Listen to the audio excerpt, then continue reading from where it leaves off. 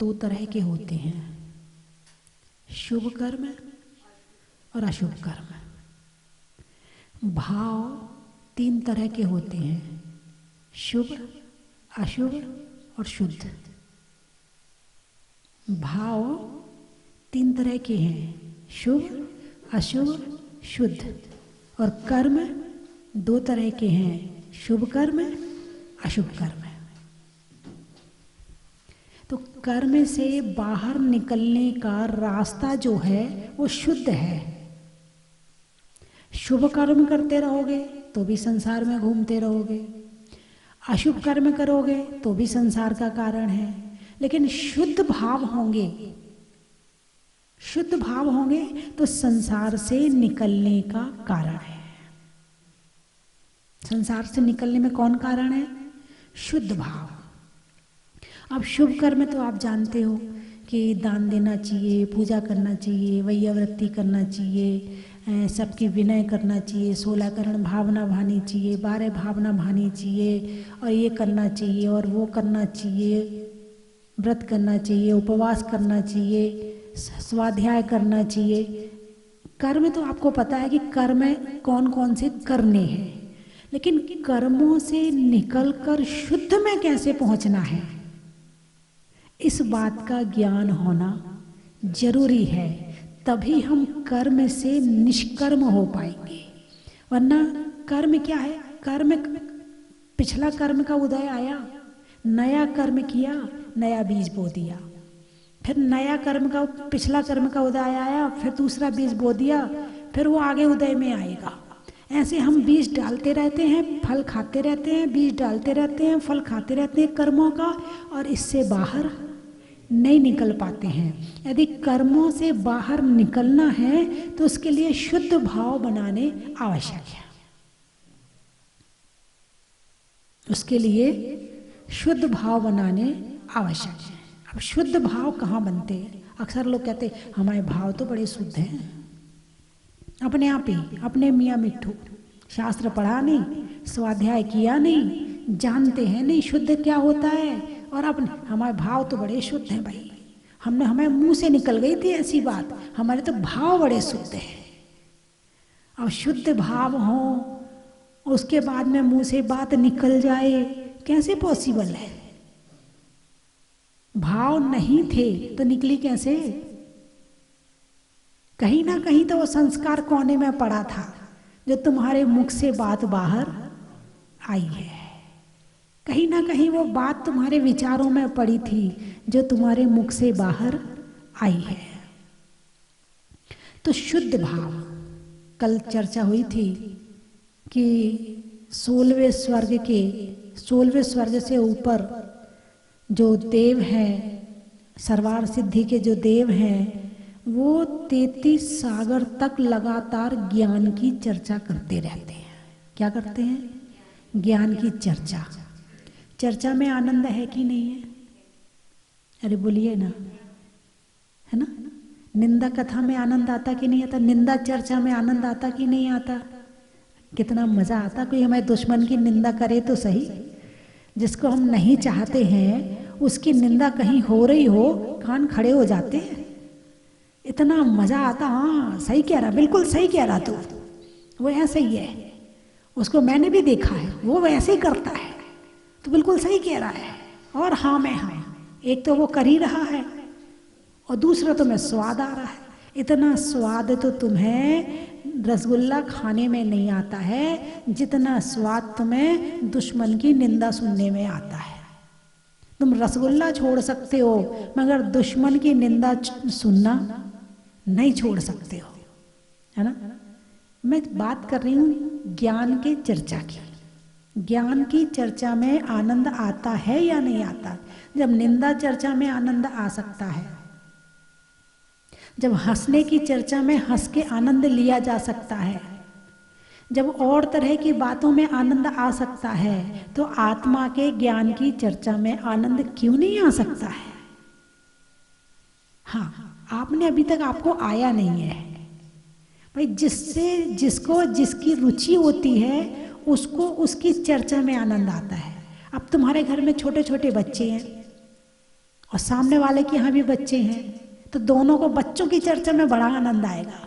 वो अपने बच्चे की चर्चा सुनाएगी, वो ऐसा करता है, वो ऐसा करता है, वो ऐसे बोलता है, वो ऐसे चलता है। वो अपनी सुनाएगी, वो ऐसे स्कूल जाता है, वो ऐसे टिफिन ले जाता है, वो ये नहीं खाता, वो ये खाता। बच्चों की चर्चा में आनंद आएगा, क्योंकि आपको प्रेम किससे है? बच्चों से। रुचि जहाँ हो, प्रेम जहाँ हो, आनंद वहाँ आता है जहाँ रुचि हो। अब कोई पढ़ाई करने वाले बच्चे हैं, तो पढ़ाई करने वाले बच्चों के संबंधित विषय मिल जाए तो बड़े ध्यान से सुनते हैं। ना मिले सुनने के लिए तो मोबाइल में सर्च करते हैं। मोबाइल में कितने विषय हैं? मोबाइल में कितने विषयों पर आपकी वीडियो है, ऑडियो है, कितने विषयों पर है? करोड़ों विषय होंगे। लोग कितने हैं? अरबों। लोग कितने हैं? अरबों। विषय कितने हैं? करोड़ों, है ना? हर विषय को कोई ना कोई तो सर्च करता है। हर विषय को कोई ना कोई तो सर्च करते ही करता है।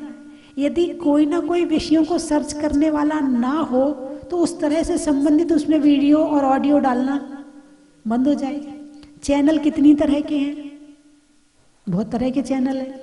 खेल का भी है, खोज का भी है, डिस्कवरी चैनल है, सीरियल वाले, प्रेम के, पिक्चर के, गाने के, न्यूज़ के। न्यूज़ चैनल ले लो 10-20 तो न्यूज़ चैनल मिल जाएंगे हिंदी भाषा के। फिर कन्नड़ के अलग, मराठी के अलग, तेलुगु के अलग हैं, असम के अलग, एमपी के अलग, राजस्थान भाषा के अलग। न्यूज़ चैनल भी कितने तरह के मिल जाएंगे। देखने वाले तो हैं ना, तभी तो चल रहे हैं। यदि देखने वाले ना हो तो नहीं चलेंगे। इसका मतलब हर व्यक्ति की रुचि एक चीज में नहीं है।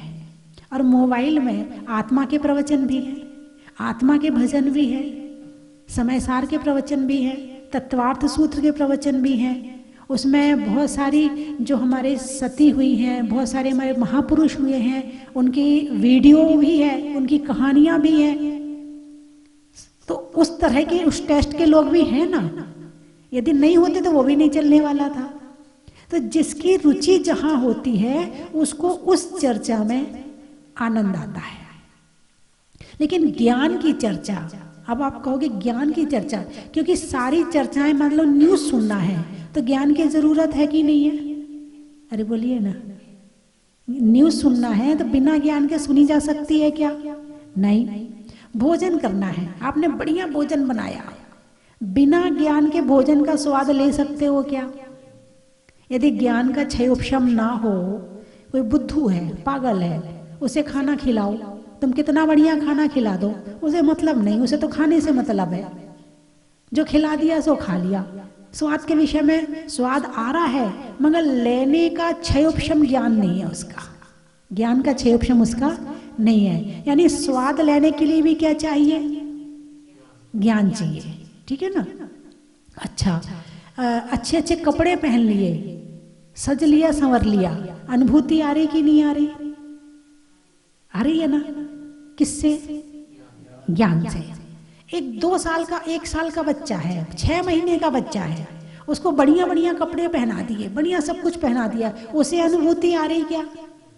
नहीं। उसकी अनुभूति आप ले रहे, मेरा बेटा है, कितना अच्छा लग रहा है ये वाले कपड़े पहन के, है ये कैप लगा के कितना सुंदर लगता है, ये मोजे पहन के कितना अच्छा लगता। उसकी अनुभूति तुम ले रहे हो, क्योंकि तुम्हारा ज्ञान का क्षय उपशम है, और अभी उस बच्चे के ज्ञान का क्षय उपशम नहीं है। यानी संसार में सांसारिक सुखों की अनुभूति भी वो ले सकता है जिसके ज्ञान का क्षय उपशम होगा। ठीक है ना?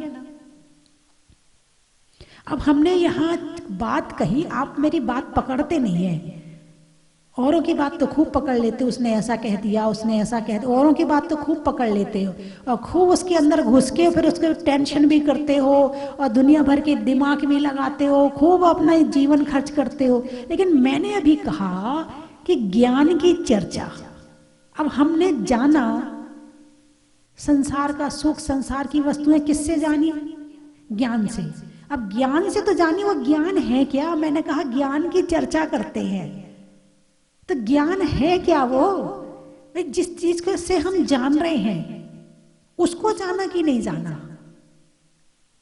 सारे संसार को तुम किससे जान रहे हो? ज्ञान से जान रहे हो। लेकिन जिससे जान रहे हो उसको जाना कि नहीं जाना? यही बात है, यही बात है। हम मूल चीज, मूल में भूल है, हैं? कहाँ भूल है? मूल में भूल है।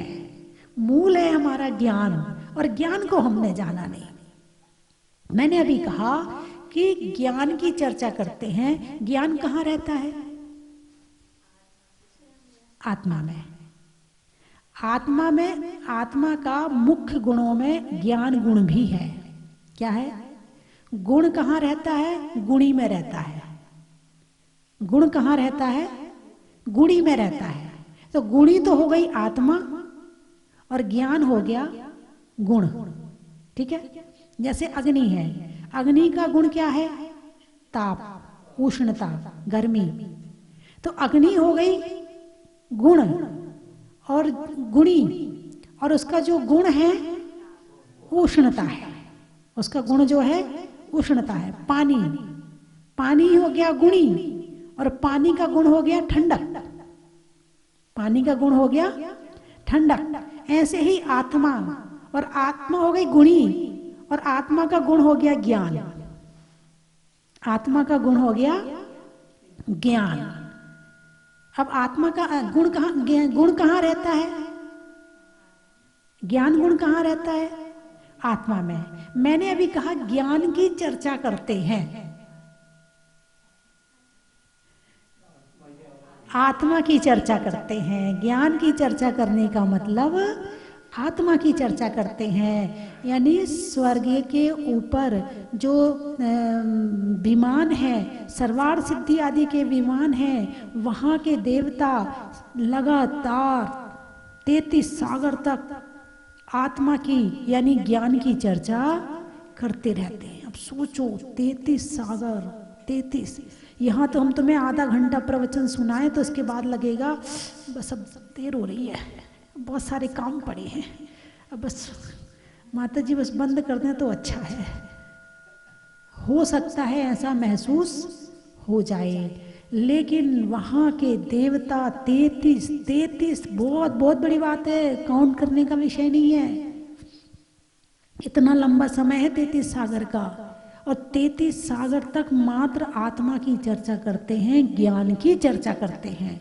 और उस चर्चा में ऐसी चर्चा है कि जो चर्चा एक बार हो जाती है वो चर्चा दोबारा नहीं होती है। इतनी और ऐसी चर्चाएं करते हैं। तो कहने का अभिप्राय मेरा क्या है? आत्मा की चर्चा करते यानी ज्ञान की चर्चा करते। अब आते हैं हम कर्म पर। किस पर आते हैं? कर्म पर। शुभ कर्म और अशुभ कर्म। शुभ कर्म कहाँ तक ले जाते हैं? कौन से स्वर्ग तक? शुभ का फल क्या है? पुण्य। और अशुभ का फल क्या है? पाप। शुभ कर्म कौन से स्वर्ग तक ले जाते हैं? स्वर्ग ही ले जाते हैं, ये मान लो 16वें स्वर्ग तक मान लो। उत्कृष्ट चर्या का पालन करें, उत्कृष्ट अच्छा धर्म करें तो 16वें स्वर्ग तक शुभ कर्म है। अशुभ कर्म कहाँ ले जाते हैं? त्रयंच और नरक गति में। और शुद्ध कर्म दो तरह के, शुभ कर्म अशुभ कर्म। भाव कितने तरह के? 3 तरह के, शुभ अशुभ और शुद्ध। अब शुभ कर्म तो स्वर्ग ले गए, अशुभ कर्म नरक और त्रयंच गति में ले गए। शुद्ध भाव कहाँ लेकर के जाते हैं? स्वर्ग से ऊपर। स्वर्ग से ऊपर कहाँ? 9 ग्रवैक, 9 अनुदिश, 5 अनुत्तर और सर्वार्थ सिद्धि। इतने विमान हैं जो शुद्ध वाले हैं। हालांकि 9 ग्रवैक तक आपने छठाला में पढ़ा होगा कि मुनिव्रत धार अनंत बार ग्रेवक उपजायो। उन्होंने शुद्ध मुनिचर्या का पालन किया लेकिन आत्म अनुभूति नहीं कर पाए। वो भी 9 ग्रवैक तक पहुंच गया। कहाँ तक पहुंच गया? 9 ग्रवैक तक पहुंच गया। अब इसके ऊपर की ओर देखें तो अब उन्होंने जंगल में रहे, शुद्ध चर्या का पालन किया, तपस्या करी, त्याग किया, अपेक्षा रहित जीवन जिया और ध्यान आदि में अधिक से अधिक अनुभूति ली, लेकिन अभी मोक्ष का समय नहीं आया है, अभी मोक्ष का समय नहीं आया है। इसीलिए अब मोक्ष अभी जाना नहीं है, ठीक है। और शुद्ध भाव उन्होंने बहुत किए हैं, अब कहाँ जाएंगे वो? 9 अनुदिश, 9 अनुत्तर, 5 अनुत्तर और सर्वार्थ सिद्धि। ये क्या है? ये वो विमान है जहां पर 2 भवातारी या 1 भवातारी रहा करते हैं। सर्वार्थ सिद्धि में 1 भवातारी। अभी समय पूरा करना है ना, मोक्ष जाने का समय नहीं आया है, इसीलिए वहां जाएंगे, इसीलिए वहां जाएंगे। अब जिसने यहाँ पर मात्र आत्मा को ध्याया है, आत्मा का ज्ञान किया है और अपने जीवन को, अपनी आत्मा को बिल्कुल शुद्ध बना लिया है, वो जिसने अपनी आत्मा को छोड़कर किसी और के विषय में वो सोचता ही नहीं है, विचार ही नहीं करता है, जो अपने आत्मा के अलावा किसी और का ध्यान ही नहीं करता है, जिसने अपने जीवन में ऐसा जीवन जिया है, वो 9 अनुदिश और 9 अनुत्तर और 5 अनुत्तर और सर्वार्थ सिद्धि में गया। अब जिसने यहाँ जैसा जीवन जिया है, वहां जाके क्या करेगा? वहां जाके क्या करेगा? ज्ञान चर्चा, आत्मा की चर्चा। जिसने यहाँ जो किया है वहां जाके भी वही करेगा। और जिसने यहाँ पर धर्म तो किया, लेकिन साथ साथ सांसारिक सुखों को भी लेता रहा, इधर सांसारिक सुखों को लेता रहा, इधर धर्म करता रहा, दोनों काम साथ साथ किए, ठीक है। शुद्ध भाव उसने किए नहीं, मात्र पुण्य कर्म किए। अब वो कहाँ जाएगा? स्वर्ग में, ठीक है। वहां क्या मिलेंगे? जो यहां मिल रहा है वहां भी वही मिलेगा। धर्म तो किया, धर्म छोड़ा नहीं उसने, धर्म किया और धर्म करने के बाद में कर्म भी किया, कर्म और धर्म साथ साथ करता रहा, तो वो ऊपर गया, जाएगा तो स्वर्ग, क्योंकि उसने शुभ कर्म बहुत अच्छे अच्छे किए हैं, जाएगा तो स्वर्ग। लेकिन वहां जाके उसे क्या मिलेगा? जो यहां कर रहा है ना, भोग, सांसारिक सुख है, इंद्रिय सुख, स्वर्ग में जाके भी वही मिलेगा। लेकिन जिसने यहाँ शुद्ध किया है, ऊपर जाके भी शुद्ध ही करेगा। और जिसने यहाँ अशुभ किया है, अरे बोलिए ना, चुप हो गए। और इस स्वर्ग की बात तो बड़ी जल्दी बोल दी थी आपने। जिसने अशुभ ज्यादा किया है वो नरक और त्र्यंच गति के दुख भोगेगा। ये कर्म भूमि है, मैं कई दिन से बता रही, ये क्या है? कर्म भूमि है। यहाँ क्या करने आए हो? यहाँ कर्म करने आए हैं। अभी शुद्ध कर्म नहीं, शुद्ध भाव नहीं हो सकते हैं, लेकिन ये चतुर्थ काल में होते हैं। अभी ऊपर का रास्ता अभी खुला हुआ नहीं है, तो अभी केवल हम स्वर्ग तक ही सीमित हो सकते, उससे ज्यादा नहीं हो सकते हैं। ये कर्म भूमि है। जैसे रिजर्वेशन करवाने के लिए, टिकट लेने के लिए आप जो है लाइन में लगते हो, ठीक है, लाइन में लगे हो ना, जब नंबर आएगा तो आपको अपनी टिकट मिल जाएगी। हालांकि यहाँ पर टिकट मिलेगी अपने पुरुषार्थ से, अपनी मेहनत से, वहां टिकट मिलती है पैसे से, वहां टिकट मिलती है पैसे से, और यहाँ टिकट मिलती है हमारे पुरुषार्थ से, हमारी मेहनत से, हमारे कर्म से, क्योंकि ये कर्म भूमि है। इस कर्म भूमि में जैसे कर्म हम कर रहे, जैसे बीज हम बो रहे हैं, वैसे ही फिर इसके फल खाने के लिए अगले जन्म में जाएंगे। यहाँ तो कर रहे हैं, यहाँ तो कर रहे, ऐसे कर्म भी हैं जो अंतर मुहूर्त में उदय में आ जाते हैं, लेकिन ऐसे कर्म ज्यादा हैं जो अगले जन्म के लिए बांध करके अगले जन्म में जिनके फल खाने पड़ेंगे। ये कर्म भूमि है। यहाँ क्या करने आए हैं? कर्म करने आए हैं। शुभ भाव की तो गिनती है, मगर अशुभ भाव की गिनती नहीं है। अशुभ भाव असंख्यात, असंख्यात बिना बुलाए चले आते हैं, दिमाग में घूमते रहते हैं। बोलिए ऐसा है कि नहीं है? अशुभ भावों को हम बुलाते नहीं हैं, निमंत्रण नहीं देते हैं, फिर भी वो घूमते रहते हैं दिमाग में। और शुभ भावों को बुलाते हैं, थोड़ी देर स्थिरता बनती है, फिर भाग जाते हैं। फिर बुलाते हैं, फिर स्थिरता बनती है, फिर भाग जाते हैं। अब कर्म भूमि तो है, कर्म भूमि चौथे काल में भी थी और कर्म भूमि पंचम काल में भी है। लेकिन चौथे काल की जो कर्म भूमि है उसमें स्थिरता बनती है, काल का प्रभाव है। क्या है? काल का प्रभाव है, स्थिरता बनती है उसमें। और पंचम काल की कर्म भूमि है, तो पंचम काल की कर्म भूमि का जो प्रभाव है ये मन पाप की तरफ ज्यादा जाएगा और शुभ की तरफ बुलाए बुलाए से आएगा तो सही, ऐसा नहीं कि नहीं आएगा। अभी तो काल केवल 2500 साल ही बीते हैं, अभी तो 2500 वर्ष, 2.5 ना 18.5, 21 में से निकालना पड़ेगा, 18,500 वर्ष अभी बाकी हैं। अभी तो फिर भी हम बहुत बहुत उत्कृष्ट अवस्था में हैं, बहुत उत्कृष्ट अवस्था में हैं। इस समय हमने यदि जन्म ले लिया है तो भी चलो कोई बात नहीं है, मगर अब ऐसा काम करो कि हम या तो विदेह क्षेत्र में जाएं और या फिर स्वर्ग में जाएं। यहाँ का पंचम काल निकल जाए, यहाँ का छठा काल निकल जाए, एक और छठा काल निकल जाए, और जब चतुर्थ काल आएगा वापस फिर आकर जन्म लेंगे और फिर हम अपने आत्मा का कल्याण करेंगे। सबसे पहली बात, पंचम काल का पता क्या कितना प्रभाव है? लक्ष्मण जो है वनमाला को छोड़ के जा रहा, शादी हुई थी ना, आपको पता होगा प्रकरण। तो वनमाला को छोड़कर अब आगे बढ़ना है, राम सीता लक्ष्मण को आगे बढ़ना है। तो वनमाला कहती है कि तुम मुझे लेने आओगे कि नहीं आओगे? बोले आऊँगा। बोले मुझे सौगंध दिलाओ, सौगंध खाओ कि तुम मुझे लेने आओगे। तो लक्ष्मण ने कई चीज की सौगंध खाई, वनमाला नहीं मानी।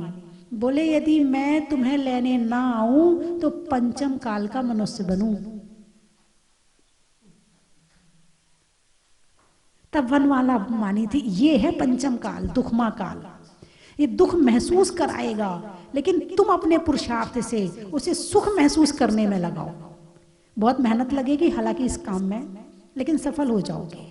बीच बीच में भटकता भी रहेगा लेकिन सफलता मिलेगी। कहीं ना कहीं हमारे भाव हमें शांति से कार्य करने देंगे, संस्कार अभी बनाने पड़ेंगे। तो ये पंचम काल, दुखमा काल, कर्म भूमि का काल है। यहाँ पर पंचम काल में दुख भोगने आए हैं। क्या करने आए हैं? दुख भोगने। लेकिन अभी सुख का एहसास है, सुख का आभास अभी है। इस काल में रहेगा सुख का आभास, लेकिन उस आभास को महसूस करने के लिए तुम्हें विशेष पुरुषार्थ की जरूरत पड़ेगी। तो शुभ, अशुभ और शुद्ध, शुभ कर्म और अशुभ कर्म। शुद्ध कर्म नहीं होता है।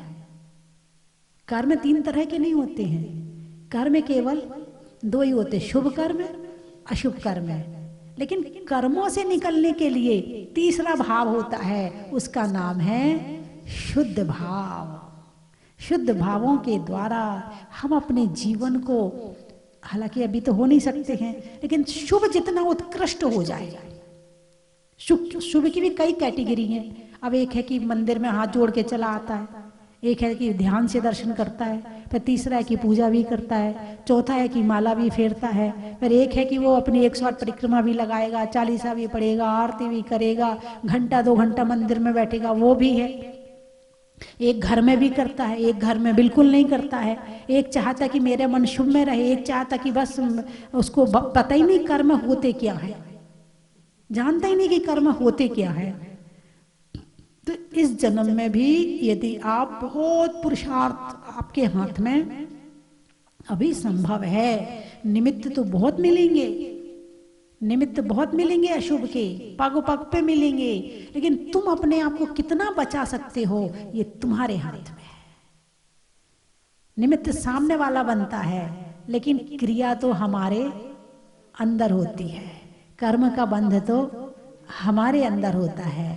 तो इस काल में हम अच्छा पुरुषार्थ करें ताकि हमारे जीवन में हम अब दोबारा पंचम काल में पैदा ना हो, ऐसा पुरुषार्थ करें। ठीक है, चलिए समय हो गया। मैं 3 चीजें बोलूंगी, आपको कहना बड़ा ही महत्व है। पेड़ की छांव का,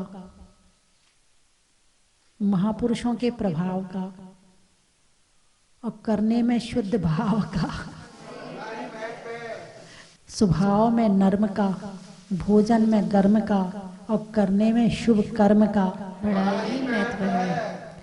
बीज में बोने का, कमरे में कोने का और दोबारा पंचम काल में पैदा नहीं होने का बड़ा ही महत्व है। अनाज में चने का, गर्मी में पने का और अपने जीवन को सुधारने का बड़ा ही महत्व है। बुनाई में बुनने का, चावल में चुनने का और आपके बड़े शांति से प्रवचन सुनने का बड़ा ही महत्व है। हाँ, कहाँ कहाँ से आए? जहाजपुर में, राउरकेला। राउरकेला, अच्छा। बर्तनों में बेला का, करने में तेला का और आने वालों में राउरकेला का बड़ा ही महत्व है। नीमच। नहीं करने में कचकच का, पापों से बच बच का और आने वालों में नीमच का बड़ा ही महत्व है। महीनों में मई का, रजाई में रुई का और आने वालों में मुंबई का बड़ा ही महत्व है। बड़ौदा। घर में दादा का, करने में वादा का और आने वालों में बड़ौदा का बड़ा ही महत्व है। कलकत्ता। पेड़ में पत्ता का, मधुमक्खी के छत्ता का और आने वालों में कलकत्ता का बड़ा ही महत्व है। प्रतापगढ़। वृक्षों में बड़ का, बड़ की जड़ का और आने वालों में प्रतापगढ़ का बड़ा ही महत्व है। इंदौर। नेता में दौर का, जिले में महापौर का और आने वालों में इंदौर का बड़ा ही महत्व है। शाहपुरा। रंगों में हरा का, रहने के लिए धरा का और आने वालों में शाहपुरा और पदमपुरा का बड़ा ही महत्व है। टोंक। सब्जी में छौंक का, दिल्ली में चांदनी चौक का और आने वालों में टोंक का बड़ा ही महत्व है। गाने में सुर का, नृत्य में नूपुर का, आने वालों में जहाजपुर का बड़ा ही महत्व है। परियों में हूर का, होने में महापुरुषों के मशहूर का और आने वालों में जयपुर का बड़ा ही महत्व है। बोलिए 24 भगवान की जय। पूज्य माता जी के प्रवचन हम नित्य प्रतिदिन सुनते हैं और टीवी के माध्यम से, पारस चैनल के माध्यम से भी आप लोग घर बैठे सुन रहे हैं। और पूज्य माता जी अपनी छोटी छोटी बातों में इतनी बड़ी बात कह जाती हैं जो हमारे सीधे गले तक उतर जाती है। जिस प्रकार कहते हैं ना, एक कड़वी दवाई को अगर मीठे रसगुल्ले में डाल के खिला दिया जाए तो पता भी नहीं चलता, वो दवाई भी चली जाती है। उसी प्रकार माता जी कड़वी से कड़वी बातें मीठे रसगुल्ले के अंदर डाल के हमें खिला देती है और वो हमारे हृदय तक पहुंच जाती है, हमारे तन को, मन को और जीवन को स्वस्थ कर देती है।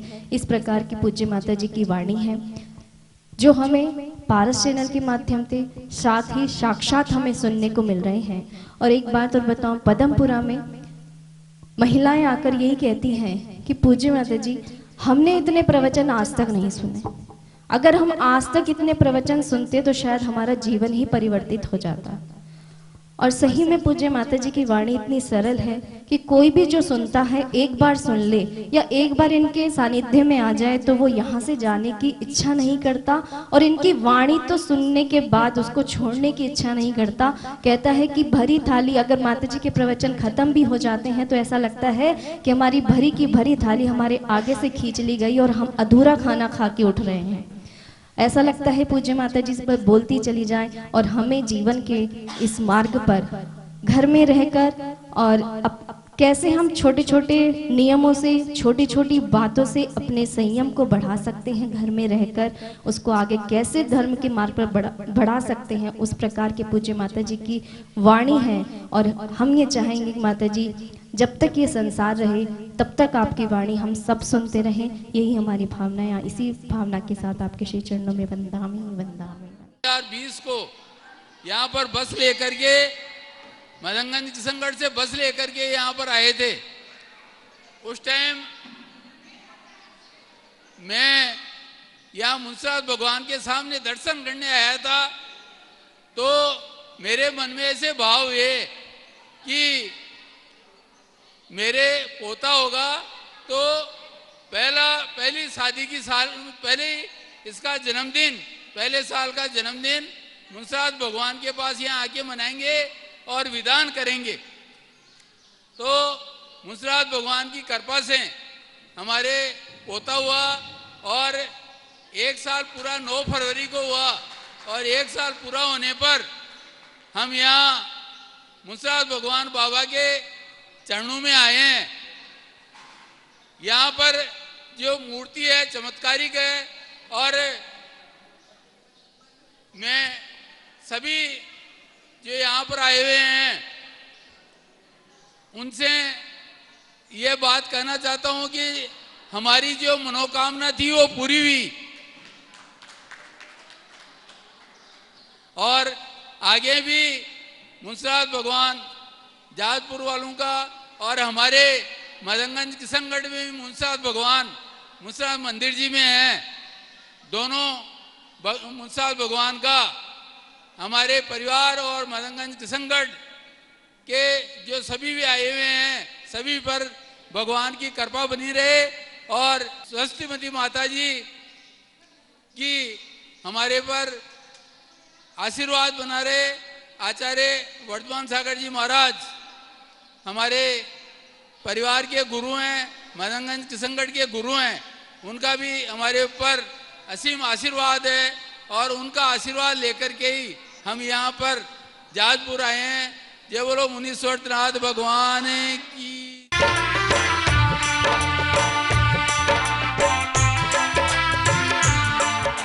जय जिनेंद्र बंधुओं, एक इतिहास रचा गया जिसके साक्षी आप और हम सब बने। जब से मुनीश्वरनाथ भगवान भूगर्भ से प्रकट हुए, हजारों लाखों लोगों के साथ में अतिशय हुआ और बाबा के भक्तों की संख्या दिनों दिन बढ़ती गई। बंधुओं, 2023 की महावीर जयंती को मुनीश्वरनाथ भगवान को प्रकट हुए पूरे 10 वर्ष होने जा रहे हैं। इस उपलक्ष्य में एक स्वस्ति धाम अभिनंदन ग्रंथ का प्रकाशन हो रहा है। जो भक्त यहाँ पर आए हैं, जिन्होंने मुनीश्वरनाथ भगवान के दर्शन किए हैं, शांति धारा की है, या जिन्होंने टीवी के माध्यम से अभिषेक देख करके, शांति धारा देख करके जिनके साथ में जो अतिशय हुआ है, वो अपने शब्दों में लिख करके यहाँ पर भेज सकते हैं। आप जहाज मंदिर की सुंदरता को और भगवान के अतिशय को एक सुंदर शब्दों में लिख करके लेख के रूप में यहाँ पर भेजें। अपने परिवार की फोटो भी भेजें, उसका प्रकाशन उस स्वस्ति धाम अभिनंदन ग्रंथ में किया जाएगा। तो आप अपनी सूचना स्वस्ति धाम पर दे सकते हैं। धन्यवाद। चन की थाल को सजाओ रे आज, रत्नों की थाल को भर लाओ रे आज। आओ आओ करे रे गुणगान आरती भगवन की। आओ आओ करे गुणगान आरती भगवन की। आओ आओ करे रे गुणगान आरती भगवन की।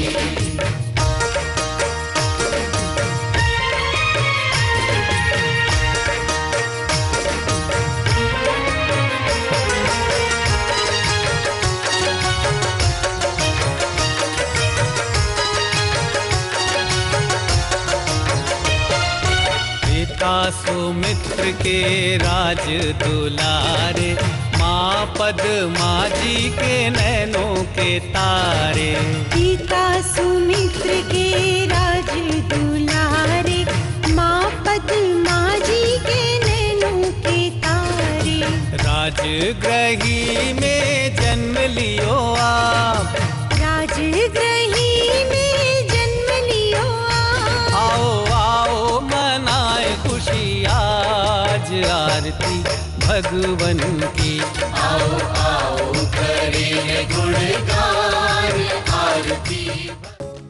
परम विदुषी लेखिका गणिनी आरिका रत्न श्री 105 स्वस्ति भूषण माता जी, जिन्होंने मात्र 20 वर्ष में 100 से भी अधिक किताबें लिखकर जैन समाज को अनूठा योगदान दिया है।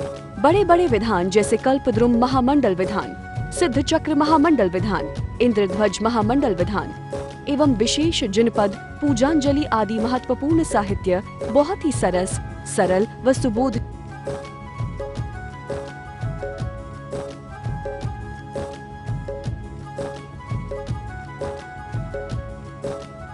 करने हेतु आज ही संपर्क करें। संपर्क सूत्र 7906062500 98683 45768।